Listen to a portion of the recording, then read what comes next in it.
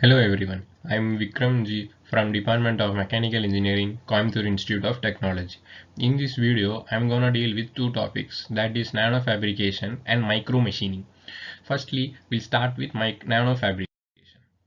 So nanofabrication is the design and manufacturing of the devices with the dimensions 1 to 100 nanometer. It deals with the study of chemical, physical and biological system at the nanoscale. Nanofabrication is of interest to computer engineers because it opens the door to super high density microcompressors and micro and memory chips. So as you can see, there are two types of approaches by which a nano-sized particles is achieved. That is top-down approach and bottom-up approach. In top-down approach, the bulk is uh, broken down into fragments, and then they are brought it into nano-sized particles. But in the bottom-up approach, atoms are combined to form cluster, which are further combined to get nano-sized particles. So top-down approach.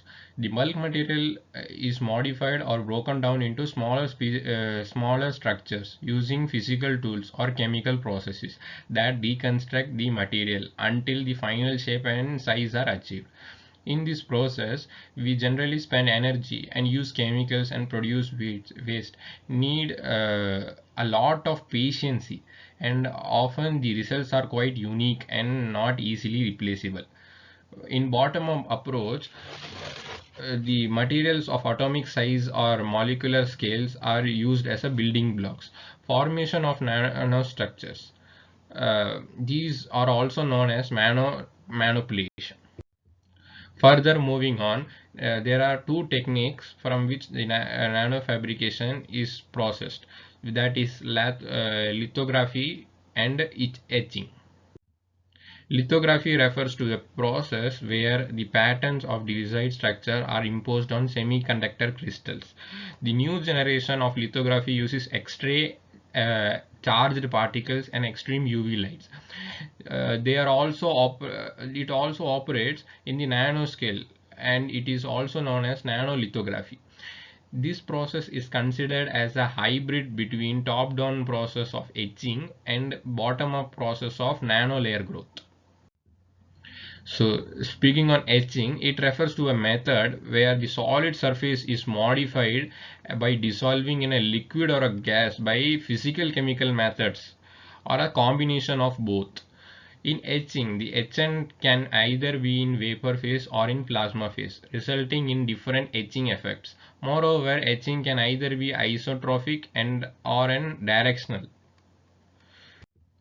So there are so due to their small sized and highly different behavior, they find themselves in various sectors in the application. So they find themselves in the semiconductor industries, nanowires, nanotubes, coating paints and thin films, microfluidic systems, defense, security and production gears. Integrated optics, displays and photoelectric products and contact printing are the sectors where they find their applications. So speaking on their advantages of nanofabrication has revolutionized electronic products and procedures and their applications. Nano industry is the manufacturing sector that will need materials like nanotubes, aerogels, nanomaterial, nanoparticles and other similar items to produce their products. These materials are often stronger. So speaking on their advantages, the production cost is very much high, and it requires highly skilled laborers. This process requires advanced equipments. Moving on to the micro machining process. So micro machining process is a manufacturing process that derived from traditional machining process such as turning, milling, etc. Materials behave uniquely at micron level. It is used to create MEMS devices, that is nothing but micro electronic mechanical systems and integrated circuits, etc. So in the field of machining, very small products are not fabricated easily. Therefore, micro machining also indicates products too small to be machined easily. So micro is in the range of 10 to the power minus 6. Manufacturing a hole is less than 1 mm is called as micro machining. So there are various types of micro machining process, out of which we are gonna see four major types. That is nothing but photolithography, bulk machining, bulk micro machining, surface micro machining, and Liga. Starting with photolithography, it is a process used in microfabrication to pattern parts on a thin film or the bulk of the substrate. The wafers are chemically cleaned to remove particular matter, and after which it is processed to a centrifugal milling of silicon wafers known as spin coating, produces a thin uniform layer of photoresist. Photoresist is exposed to a set of lights through mask, often made of quartz. Wavelength of light ranges from 300 to 500 nanometer, and X-rays are passed through it, and further we required shape of the material is obtained. So these are the steps that has been followed in photolithography. So speaking on bulk micro machining, bulk and surface micro machining are processes used to create micro structures on MEMS devices. While bulk micro machining process that produces structures by selective etching inside this substrate. While both wet and dry etching techniques are available to both bulk and surface machining, but bulk micro machining typically uses wet etching techniques, while surface micro machining primarily use dry etching techniques. So speaking on surface machining, process that creates structures uh, of the substrate by film deposition on its surface by selective etching. So the main advantage of this machining process is the possibility of realizing monolithic systems in which the electronic and mechanical components are built on the same substrate. Generally, polysilicon is commonly used as one of the layers, and silicon dioxide is used as a sacrificial layer, which is removed or etched out to create the necessary void in the thickness direction.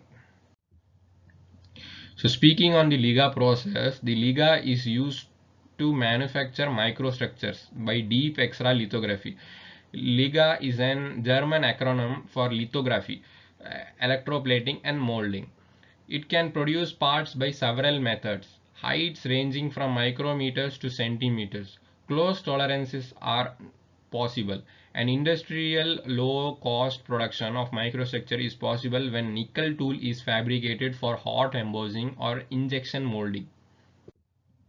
As the Liga process consists of 6 steps, starting with irradiation in the first step, and in the second step the process is used for development, and in the third process it follows electroforming, and then in the fourth process mold is inserted, and in the fifth process mold filling is take place, and in the final process the mold is released and plastic structures are obtained. Advantages of micro machining. Micro machinings are highly uh, flexible systems and can be customized and configured easily. Laser micro machining is contactless machining with no tool wear and load bearing. Ability to machine almost any material includes metals, polymers, glass, ceramics, and silicon wafers.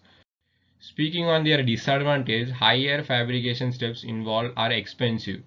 Complex technology involving process of repetitive deposition of thin films on wafers, photo patterning them and etching them. Difficult to implement for large structures. So that's all for this video. Thank you.